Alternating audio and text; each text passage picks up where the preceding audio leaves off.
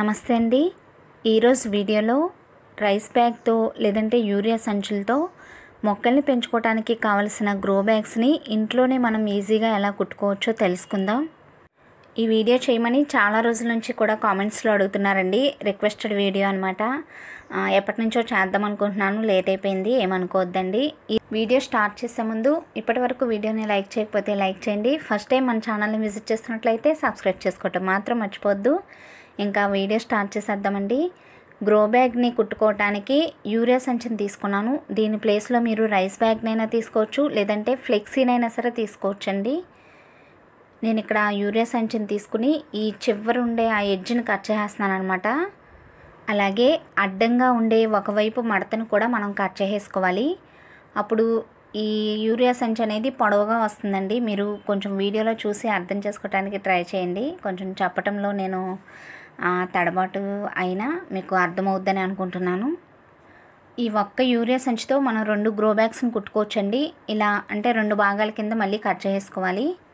ఒక యూరియా సంచిని ఆ పైన అటు ఇటు కూడా ఎడ్జ్లు కట్ చేసి 2 భాగాల కింద చేశానండి.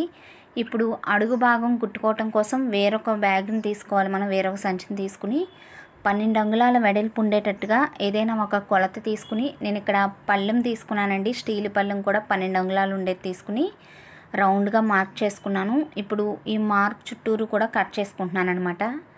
మనం దీన్ని అడుగు భాగానికి యూస్ చేస్తున్నాం కాబట్టి, అంటే ఈ సంచిని మనం ఇంకా ఒక 4-5 సంచుల వరకు కూడా అడుగు భాగాలు వస్తాయండి. ఈ బ్యాగ్ని ఇంకా మనం అడుగు వేయటానికి మాత్రమే ఉపయోగించుకోవాలి. 2 పొరలు వచ్చేటట్టుగా మనం కట్ చేసుకుని అంటే డబుల్ స్టిచ్ చేసుకోవాలండి. ఎందుకంటే మనకి గ్రో బ్యాగ్ అనేది కొంచెం ఎక్కువ రోజులు మన్నాలి కాబట్టి మనం డబుల్గా వేసుకుని స్టిచ్ చేసుకోవాలి. ఇప్పుడు ఫస్ట్ మనం తీసుకున్న యూరియా సంచిని 2 భాగాలు చేసుకున్నాం కదా, దానిలో ఒక పార్ట్ని తీసుకుని మధ్యకి మడత పెట్టి వీడియోలో చూపిస్తున్న విధంగా మనం ఈ రౌండ్గా కట్ చేసిన భాగానికి అతికించుకోవాలన్నమాట. జాగ్రత్తగా చక్కగా వీడియోలో చూపిస్తున్న విధంగా నిదానంగా కుట్టుకుంటే గ్రో బ్యాగ్ షేప్ వచ్చేస్తుందండి.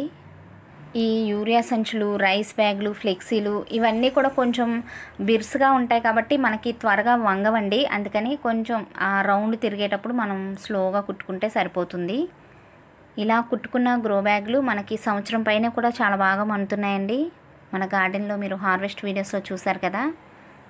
25 కేజీల రైస్ బ్యాగ్తో కూడా అలాగే ఫ్లెక్సీతో కూడా ఇంతేనండి. అంటే ఇప్పుడు వీడియోలో చూపించినప్పుడు మీరు కొంచెం ఏమైనా మీకు కన్ఫ్యూజన్గా నేను అర్థమయ్యేటట్టుగా మీకు వివరించలేకపోయినా ఏం చేస్తారంటే 12 అంగుళాల వెడల్పు 12 అంగుళాల పొడవు ఉండేటట్టుగా మీరు చూసుకుని ఒక పొర కాకుండా 2 పొరలుగా తీసుకుని మీరు కుట్టుకుంటే సరిపోతుందండి.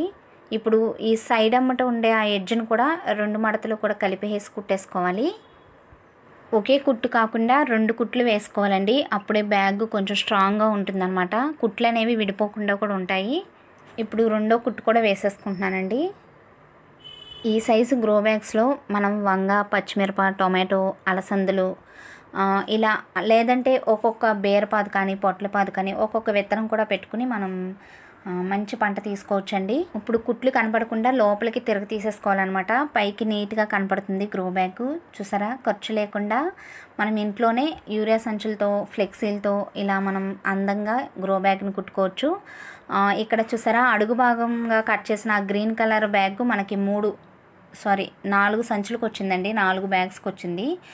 అంటే ఇప్పుడు ఈ 4 బ్యాగులు కుట్టడానికి 3 యూరియా సంచులు సరిపోయాయి.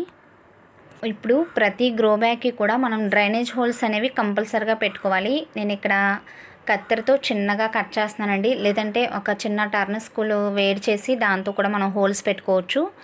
మరి 1-2 కాకుండా కొంచెం మల్టిపుల్ హోల్స్ ఉండేటట్టుగా చూసుకోవచ్చండి.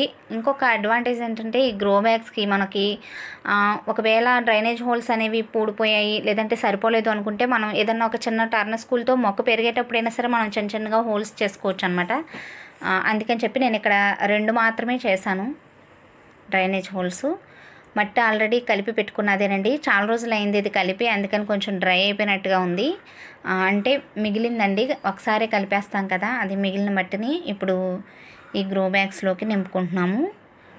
కొంతమంది ఒక డౌట్ అడిగారండి. డ్రైనేజ్ హోల్స్ అనేవి పూడిపోయి మట్టిలో లోపల నీళ్ళు అనేవి బయటికి రావట్లేదు, అప్పుడు ఏం చేయాలని చెప్పి. అలా ఎందుకు జరుగుతుందంటే, ఇప్పుడు మనం డ్రైనేజ్ హోల్స్ చేసుకున్నప్పుడు దానిని రాయితో కానీ ఏదన్నా ఒక పెంకు ముక్కతో కానీ కవర్ చేయకుండా ఆ హోల్స్ పైన మనం మట్టి నింపేస్తే ఆ మట్టి దానిలోకి వెళ్ళిపోయి పూడిపోతాయండి. అలా ఎప్పుడూ చేయకూడదు అనమాట. హోల్స్ పెట్టుకున్న తర్వాత దాని మీద ఒక చిన్న రాయితో కవర్ చేసుకుని మనం మట్టిని నింపుకుంటే ఇంకా అవి బ్లాక్ అవ్వనమాట. అలాగే మనం గ్రో బ్యాగ్స్లో అయినా సరే, కంటైనర్స్లో అయినా సరే నిండా మట్టిని నింపేసి మొక్కలు వేయకుండా కొంచెం సగం కంటే పైకి కొంచెం వెళ్తుండేటట్టుగా మనం మట్టిని నింపుకుని దానిలో మొక్కల్ని పెట్టుకోవాలి. నేను ఒక గ్రో బ్యాగ్లో ఇలా మొలకలు వచ్చేసిన ఉల్లిపాయలను పెడుతున్నానండి, స్ప్రింగ్ ఆనియన్స్ కోసం. ఆల్రెడీ ఇది వరకు పెట్టాను, అది చూపిస్తానండి. చాలా హెల్తీగా పెరుగుతున్నాయి. ఇవి మనం కర్రీస్లోకి వాడుకోవచ్చు అనమాట, హెల్త్కి చాలా మంచిది. ఎలా తెలిసిన వాళ్ళు ఇచ్చారండి ఉల్లిపాయలని, ఇంకా మొక్కలు ఏమైనా పెట్టుకుంటావా అని చెప్పి. ఎలాగో ఉన్నాయని చెప్పి ఇంకా గ్రో బ్యాగ్లో పెడుతున్నాను. ఒక 4-5 రోజుల్లోనే ఇవి బాగా పాతుకుపోతాయండి. మనకి పైనుంచి కొత్త ఆకులు అనేవి రావటం స్టార్ట్ అవుతుంది. ఇదివరకు మన గార్డెన్లో ఇలాగే ఇంట్లో పాడైపోయిన ఉంటే పెట్టాను. ఎప్పటికప్పుడు కట్ చేసుకుంటూ ఉంటే మనకి కొత్త ఆకులు అనేవి వస్తూ ఉంటాయి. ఇలాగే ఎక్కువ రోజులు ఉంచితే మనకి ఉల్లిపాయలు కూడా కింద తయారవుతాయండి. లాస్ట్ టైం మనం అంటే లాస్ట్ ఇయర్ ఉల్లిపాయలను కూడా మనం హార్వెస్ట్ చేసుకున్నాం, కాకపోతే పెద్ద సైజులో అయితే రాలేదు, చిన్న చిన్నగా వచ్చాయండి. నెక్స్ట్ ఇంకా టమాటో నారు పోసానండి గార్డెన్లో. అది కూడా ఒక 2 మొక్కల కింద వేస్తున్నాను. అంటే కొంచెం ఎందుకనో మొక్కలంతా నిగారింపుగా లేవండి, అందుకని చెప్పి 2 మొక్కలు కలిపి వేస్తున్నాను. టొమాటో మొక్కలు వేసుకునేటప్పుడు మనం లోతుగా అంటే కొంచెం లోతు ఎక్కువగా ఉండేటట్టుగా వేసుకోవాలి. మొక్క పెరిగే కొద్దీ కూడా మనం పైన మట్టి పోసుకుంటూ ఉండాలండి. టొమాటో నారు పోసుకోవటానికి విత్తనాలను ప్రత్యేకంగా మనం బయట నుంచి కొనుక్కు తీసుకురావాల్సిన అవసరం లేదండి. ఇంట్లో టొమాటోలు మనకి అంటే మనకి ఏ వెరైటీ నచ్చితే ఆ వెరైటీ టొమాటోల్ని కట్ చేసి ఆ గింజల్ని మట్టిలో వేస్తే చాలా ఈజీగా మొలకలనే వచ్చేస్తాయి. ఇలా మనకి ఏ వెరైటీ టొమాటోలు నచ్చితే ఆ వెరైటీ టొమాటోల్ని మనం ఇంట్లోనే ఈజీగా పండించుకోవచ్చు.